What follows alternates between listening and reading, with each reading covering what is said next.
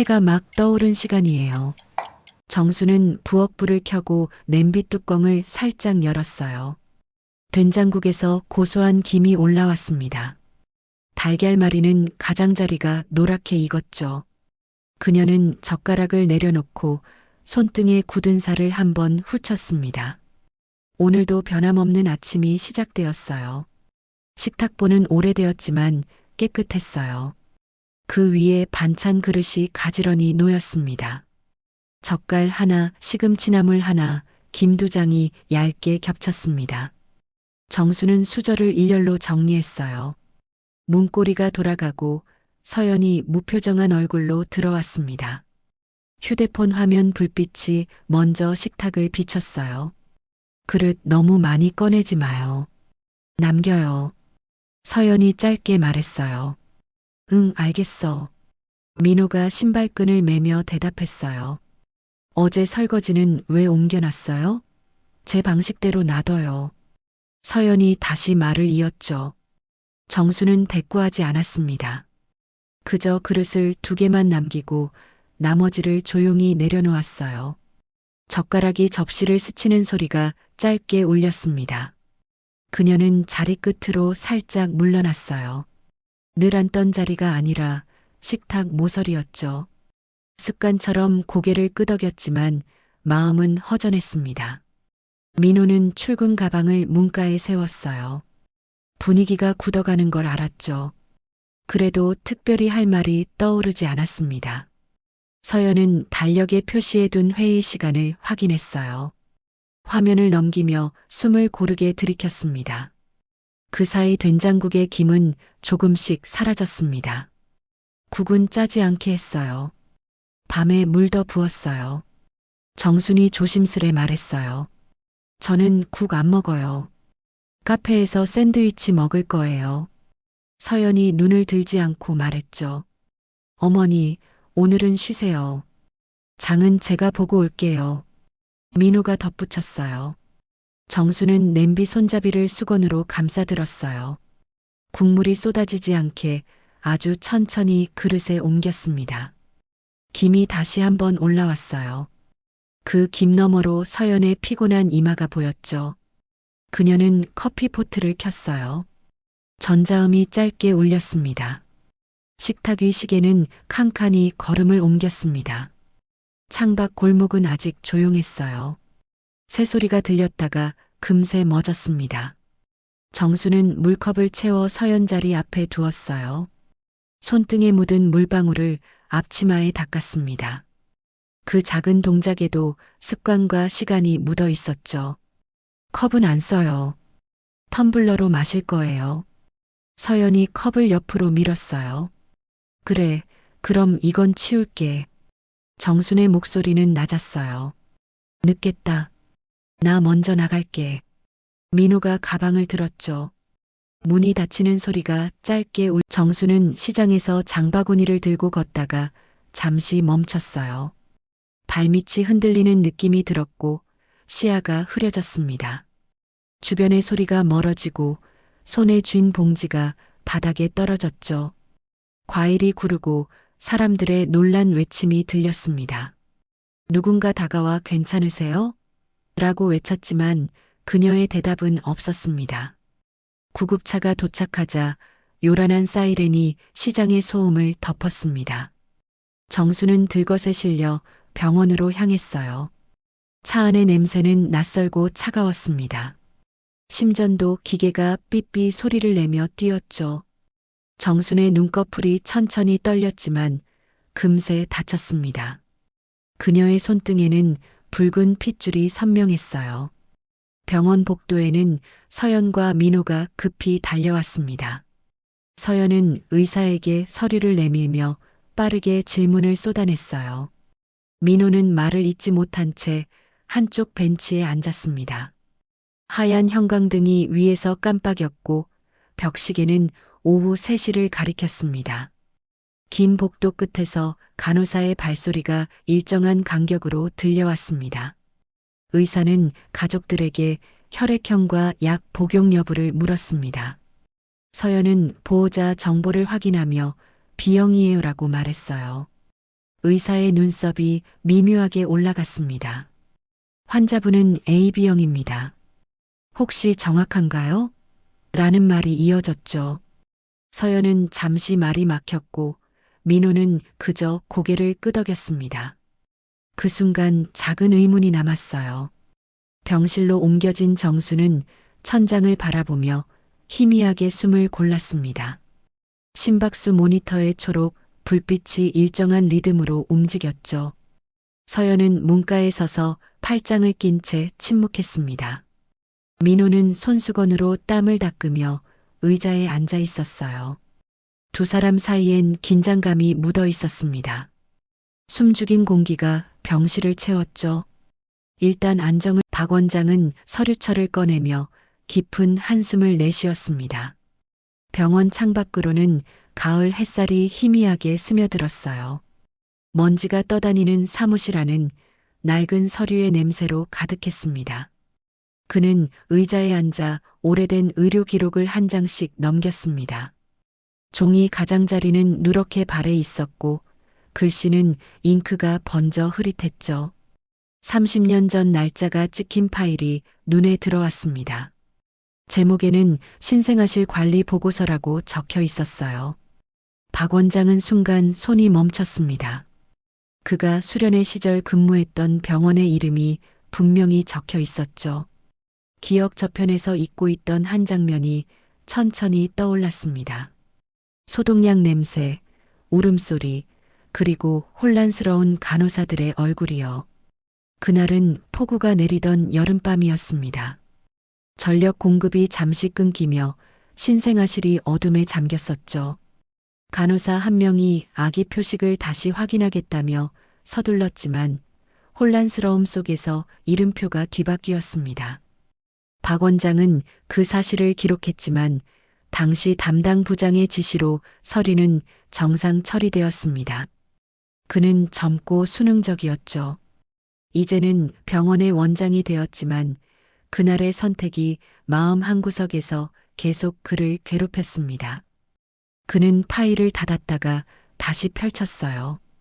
보고서 마지막 장에는 두 산모의 이름이 나란히 적혀 있었습니다.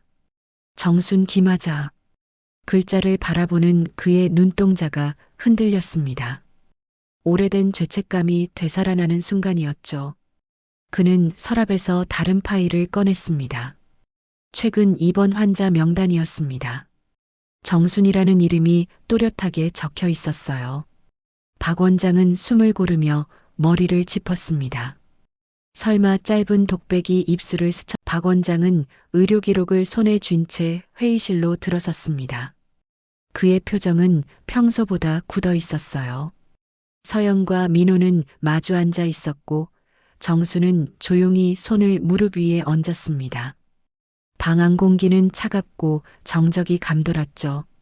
박 원장은 천천히 입을 열었습니다. 확인을 위해 간단한 유전자 검사를 권합니다. 그 한 문장은 무겁게 떨어졌어요. 서연의 얼굴이 굳었습니다. 그게 꼭 필요합니까? 그녀는 시선을 피해 의자 등받이에 몸을 기대었어요. 민호는 아내와 어머니 사이를 번갈아 보며 조심스레 고개를 끄덕였습니다. 정수는 무슨 말인지 잘 모르겠다는 듯 고개를 기울였죠. 검사 동의서에 서명하는 순간 서연의 손끝이 살짝 떨렸습니다. 펜촉이 종이 위를 스칠 때마다 미세한 마찰음이 들렸어요. 민호는 그런 그녀의 손을 잠시 바라보다가 시선을 내렸습니다. 정수는 조용히 숨을 고르며 가만히 앉아 있었습니다. 의사의 안내에 따라 혈액 샘플이 채취되었죠. 병실 안은 소독약 냄새로 가득했습니다. 검사는 짧았지만 기다림은 길었습니다. 결과가 나올 때까지 며칠이 걸린다고 했습니다. 서연은 그저 피곤하다는 이유로 병문안을 미뤘고 민호만 간간히 병실을 들렀습니다. 정수는 그가 가져온 귤을 천천히 깎으며 웃어 보였죠. 그러나 그 미소엔 알 수 없는 불안이 섞여 있었습니다. 며칠 후 병원 실험실의 불빛이 유난히 밝게 느껴졌습니다. 간호사 지민은 새벽 박 원장은 가족들을 회의실로 불러 모았습니다. 탁자 위에는 봉인된 서류 봉투가 하나 놓여 있었어요. 방 안의 공기가 묘하게 무거웠습니다. 민호는 팔짱을 낀 채 고개를 숙였고 서연은 차가운 표정으로 의자에 앉았습니다. 정수는 긴장된 눈빛으로 두 사람의 얼굴을 번갈아 보았죠. 박 원장은 조용히 봉투를 열었습니다. 종이 한 장이 꺼내졌고 그 위에 글씨가 눈에 들어왔습니다. 잠시 말을 잃은 그는 목을 가다듬었어요. 검사 결과 두 분은 모녀 관계로 확인되었습니다. 그 한 문장이 방 안의 모든 소리를 삼켜버렸습니다. 시계 초침 소리만이 또렷이 들렸어요. 서연은 손끝이 얼어붙은 듯 종이를 붙잡았습니다. 눈동자가 흔들렸고 숨이 짧게 끊겼습니다. 그녀는 종이를 내려다보다가 갑자기 일어났어요. 의자가 바닥을 긁으며 밀렸죠. 무슨 말이에요? 라는 짧은 외침이 공기 속에 흩어졌습니다. 정수는 입을 다물지 못한 채 서연을 바라보았습니다. 민호는 자리에서 일어나 두 사람 사이에 섰습니다. 얼굴에 당황과 혼란이 뒤섞여 있었어요. 서연아, 진정해라고 하려다 입을 며칠째 비가 그치지 않았습니다. 정수는 병실 침대 옆 작은 상자를 꺼냈어요. 그 안에는 낡은 손뜨개 모자와 오래된 사진 한 장이 들어 있었습니다. 사진 속에는 젊은 시절의 자신이 웃고 있었고 품에 안긴 아기는 희미한 미소를 띠고 있었죠. 그녀는 손끝으로 그 사진을 천천히 쓸었습니다. 그 작은 얼굴이 자꾸만 서연과 겹쳐졌습니다. 이게 내 딸이었구나. 그녀의 입술이 떨렸습니다. 머릿속에서 오래전 장면이 하나둘 되살아났어요. 비 오는 날 신생아실 앞에서 울던 기억이었죠. 아기의 이름표가 바뀌었다는 말을 듣고도 의심하지 않았던 자신이 떠올랐습니다. 그때의 자신은 너무 어렸고 너무 믿음이 많았습니다. 진실을 찾아 나설 용기조차 없었어요. 그녀는 가슴 한가운데 묵직한 죄책감이 내려앉는 걸 느꼈습니다. 이 모든 세월 동안 친딸을 시어머니라 부르게 만든 자신이 너무 미안했어요. 서연에게 받은 차가운 말들이 떠올랐습니다. 건드리지 말라, 하지 말라는 말들이었죠. 그 말들이 이제는 한 문장 한 문장 가슴에 비수처럼 꽂혔습니다. 서연은 그 시각 집안에서 멍하니 앉아 있었습니다. 거실 불은 꺼져 있었고 커튼 사이로 정순의 병세는 눈에 띄게 나빠졌습니다. 병실의 공기는 묘하게 차가웠고 산소 호흡기의 소리가 일정한 리듬으로 울렸어요. 그녀의 손등에는 바늘이 꽂혀 있었고 링거줄이 천천히 흔들렸습니다. 창밖으로는 겨울비가 내리고 있었습니다. 희미한 빗소리가 벽을 타고 병실 안으로 번졌죠. 문이 열리며 서연이 들어왔습니다. 그녀의 얼굴은 지쳐 있었고 눈 밑엔 다크서클이 깊게 드리워져 있었습니다. 손에는 붉은색 장미 한 송이가 들려 있었어요. 그녀는 한참을 침묵하다가 의자에 앉았습니다. 정순의 얼굴을 제대로 마주보지 못했습니다. 그동안의 말들이 머릿속을 떠올랐죠. 하지 말라, 건드리지 말라, 그냥 두세요. 그 말들이 이제는 부메랑처럼 가슴을 찔렀습니다. 정수는 희미하게 눈을 떴습니다. 서연의 모습이 흐릿하게 보였어요. 왔어요? 그녀의 목소리는 약했지만 분명했습니다. 서연은 대답 대신 고개만 끄덕였습니다. 눈가가 젖어 있었죠. 정수는 천천히 손을 들어 올렸습니다. 그 손이 허공을 헤매다 서연의 손등 위로 내려앉았습니다. 따뜻하진 않았지만 묘하게 익숙한 감촉이었습니다. 그동안 고생 많았죠. 정수는 조용히 속삭였습니다. 그 말에 서연의 어깨가 장례가 끝난 뒤 병원 복도는 조용했습니다. 민호는 정순의 유품이 담긴 상자를 품에 안고 걸었어요. 바람이 지나가며 복도 끝에 커튼이 흔들렸습니다. 상자 안에는 손뜨개 스웨터, 작은 머리핀, 그리고 봉투 하나가 들어 있었습니다. 봉투 위에는 정순의 필체로 서연에게라고 적혀 있었어요. 민호는 잠시 망설이다가 조심스레 봉투를 열었습니다. 안에는 낡은 사진 한 장이 들어 있었습니다. 젊은 정순이 갓난아기를 품에 안고 있었습니다. 그 얼굴은 놀라울 만큼 서연을 닮아 있었죠.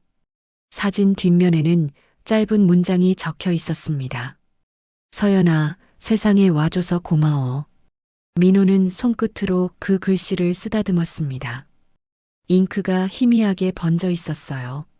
그는 복도를 천천히 걸었습니다. 벽에는 병원 홍보 포스터와 수많은 안내문이 붙어 있었죠. 하지만 그의 시선은 그 어떤 것도 보지 못했습니다. 그저 사진 속 웃음을 떠올리며 한 걸음씩 내딛었어요. 유리창 너머 햇살이 비스듬히 들어와 바닥을 비추었습니다. 먼지가 그 빛 속에서 천천히 흩날렸습니다.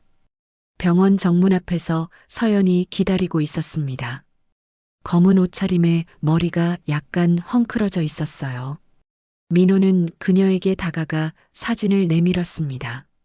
서연은 떨리는 손으로 그것을 받았어요. 사진을 바라보던 그녀의 눈가가 다시 젖었습니다. 한참을 말없이 서 있던 그녀는 결국 고개를 숙였어요. 엄마가 남기신 거예요.